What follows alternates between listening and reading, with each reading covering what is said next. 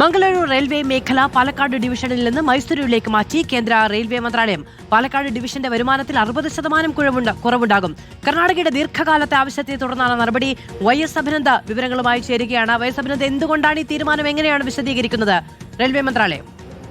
മധു, Palakkad division പൂർണ്ണമായും വെട്ടിമുറിക്കുന്ന ഒരു സാഹചര്യത്തിലേക്കാണ് ഇപ്പോൾ എത്തിയിരിക്കുന്നത്. ദക്ഷിണ റെയിൽവേയുടെ പാലക്കാട് ഡിവിഷന്റെ പരിധിയിലുണ്ടായിരുന്ന മംഗലാപുരം മേഖലയെ സൗത്ത് വെസ്റ്റേൺ റെയിൽവേയുടെ മൈസൂരു ഡിവിഷനിലേക്കാണ് മാറ്റിക്കൊണ്ട് റെയിൽവേ ബോർഡ് ഉത്തരവിറക്കിയിരിക്കുന്നത്.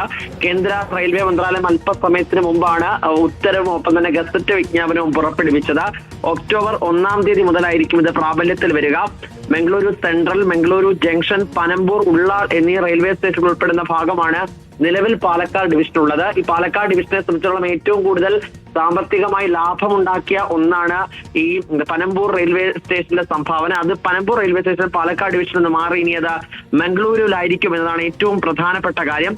പാലക്കാട് ഡിവിഷന്റെ അതിർത്തി ഇനി കർണാടകയിലെ ഉള്ളാൾ വരെ മാത്രമായിരിക്കും എന്നും വ്യക്തമാക്കിയിട്ടുണ്ട്. പാലക്കാട് ഡിവിഷന് വലിയ തോതിൽ ചരക്കുകൂലി വരുമാനം നൽകിയിരുന്ന ഈ പനമ്പൂർ ഉൾപ്പെടെയുള്ള പ്രദേശങ്ങൾ കൈവിട്ടു പോകുന്നത് ഡിവിഷന്റെ സാമ്പത്തിക ഭദ്രത അടക്കം ബാധിക്കുമെന്നാണ് നിലവിൽ പരാതിയായിട്ട് ഉയർന്നു വരികയും ചെയ്യുന്നത്. കർണാടകയുടെ വലിയൊരു ആവശ്യം തന്നെയായിരുന്നു ഈ ഒരു പ്രത്യേക മംഗളൂരു ഉൾപ്പെടെയുള്ള പ്രദേശം അത് മൈസൂർ ഡിവിഷന്റെ ഭാഗമാക്കണമെന്ന് MPമാരടക്കം കേന്ദ്ര റെയിൽവേ മന്ത്രിക്ക് നിവേദനങ്ങൾ നൽകിയിരുന്നു. അതിനാണിപ്പോൾ നടപടി ഉണ്ടായിരിക്കുന്നത്. കേരളം ചില ആശങ്കകൾ ഇതിനോടകം തന്നെ അറിയിച്ചിട്ടുണ്ട്.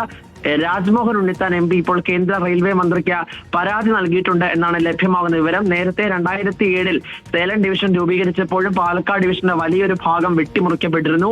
വീണ്ടും മംഗലാപുരം കൂടി നഷ്ടപ്പെടുന്നത് പാലക്കാട് ഡിവിഷന്റെ പ്രാധാന്യം തന്നെ കുറയ്ക്കുമെന്നാണ് രാജ്മോഹൻ ഉണ്ണിത്താൻ MP അയച്ച കത്തിൽ വ്യക്തമാക്കുന്നത്. ഇത് കേരളത്തോട് റെയിൽവേ കാണിക്കുന്ന കടുത്ത അവഗണനയുടെ ഭാഗമാണെന്നും ഭാവി വികസനങ്ങളെ ദോഷകരമായി ബാധിക്കുമെന്നും ചൂണ്ടിക്കാട്ടി ഇനി അങ്ങോട്ടുള്ള ദിവസങ്ങളിലും ശക്തമായ പ്രതിഷേധം ഉണ്ടാകുമെന്നതിൽ സംശയമില്ല. ഏറെ വർഷങ്ങൾക്ക് ശേഷം എടുത്ത തീരുമാനമാണ്.